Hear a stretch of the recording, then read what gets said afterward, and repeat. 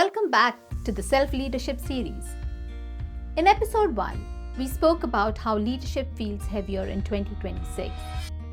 The pace is faster, expectations are higher, and the complexity of decision-making has increased. Many professionals are navigating artificial intelligence, hybrid work, distributed teams, and constant performance pressure. And while capability is not lacking, clarity often is. Today, I want to go deeper. If leadership feels heavier, the real question becomes this: how do we stay steady under pressure? Because leadership presence does not begin with authority, it begins with emotional regulation. In my work with professionals and senior leaders across industries, I have noticed something consistent. The leaders who inspire trust are not necessarily the loudest, the fastest, or even the most technically brilliant. They are the ones who remain composed, even when the situation is not. Emotional regulation is misunderstood. It is not about suppressing emotion or pretending everything is fine. It is about recognizing what is happening internally before it spills externally. And that recognition begins with self-awareness. Awareness of emotional triggers matters more than intelligence. You can be exceptionally strategic, commercially sharp, and operationally skilled. But if frustration shapes your tone in meetings or urgency dictates your communication, your leadership becomes reactive rather than intentional. This is especially relevant in high-pressure environments. When deadlines tighten or results are questioned, urgency can subtly shift how we speak, how we listen, and how we respond. We may not even notice it ourselves, but others do. Your team does not experience your intention, they experience your behavior. That distinction is critical. You may intend to motivate, but if your tone carries impatience, the team experiences pressure. You may intend to drive results, but if your communication feels abrupt, the team experiences instability. In modern leadership, particularly in hybrid work environments where much communication happens digitally, tone carries even more weight. Without physical presence to soften nuances, emotional regulation becomes essential. So what does this look like in practice? It begins with noticing your triggers. What triggers frustration in meetings? Is it when someone challenges your idea? When deadlines slip? When preparation feels inadequate? Or when communication lacks clarity? High performers often ignore these emotional patterns because they believe competence compensates for them. But unexamined triggers quietly shape leadership styles. When stress arises, do you speak faster? Do you interrupt more? Do you withdraw? Do you over-explain?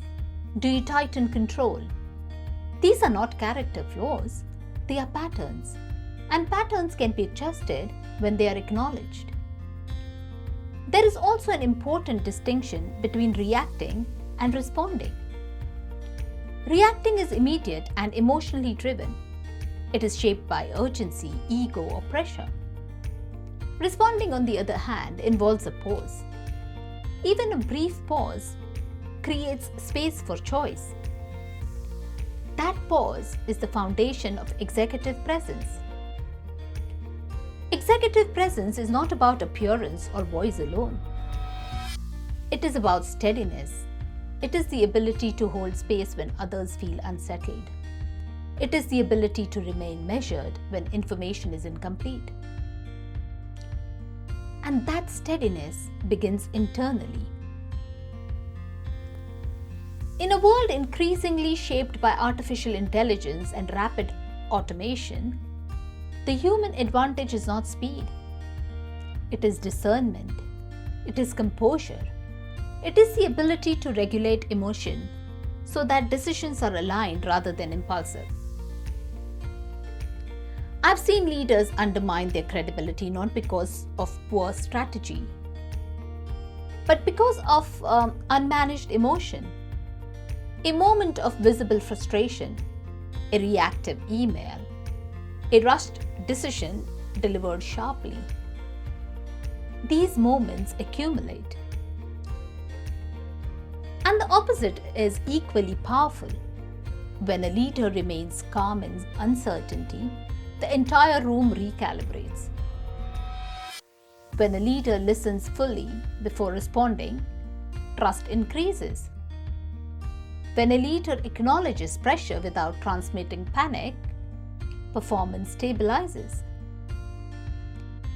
And this is not soft leadership, it is structured self-leadership.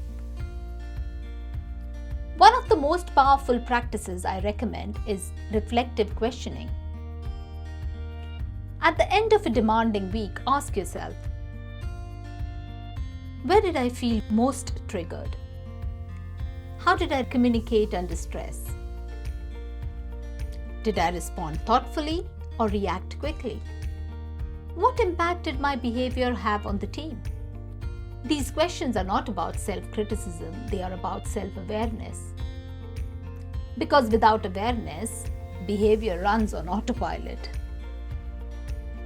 Another powerful practice is simply building micro pauses into your day.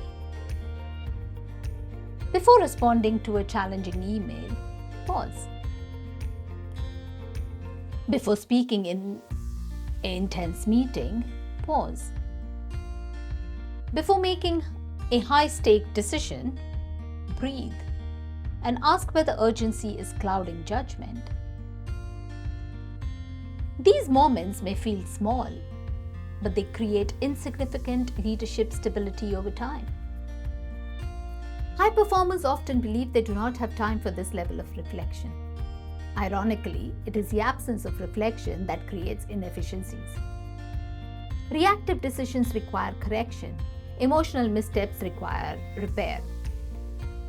And intentional leadership reduces friction. As leaders in 2026 and beyond, we are operating in an environment where visibility is constant and feedback is immediate. Emotional regulation is not optional. It is foundational. The leaders who will stand out are not those who eliminate pressure, but those who manage themselves within it. Staying steady under pressure does not mean eliminating emotion. It means understanding it well enough to lead through it. And that is self-leadership in action. In the next episode, we will explore something slightly more uncomfortable but equally important. We will talk about self-sabotage, accountability, and ownership. Because even capable leaders can unintentionally undermine themselves, and recognizing that is part of the growth process. If this episode resonated with you, I invite you to reflect on one situation this week where you felt pressure. Observe how you responded, not to judge yourself, but to understand yourself. Because leadership presence does not begin with what you say. It begins with how you regulate yourself before you say it. Thank you for being part of this self-leadership series. If you have found value in this conversation on emotional regulation, executive presence, and modern leadership skills, subscribe so you do not miss on the next episode. We're building this foundation step by step, and steadiness begins within. So see you in the next video. Until then, stay inspirited. Bye.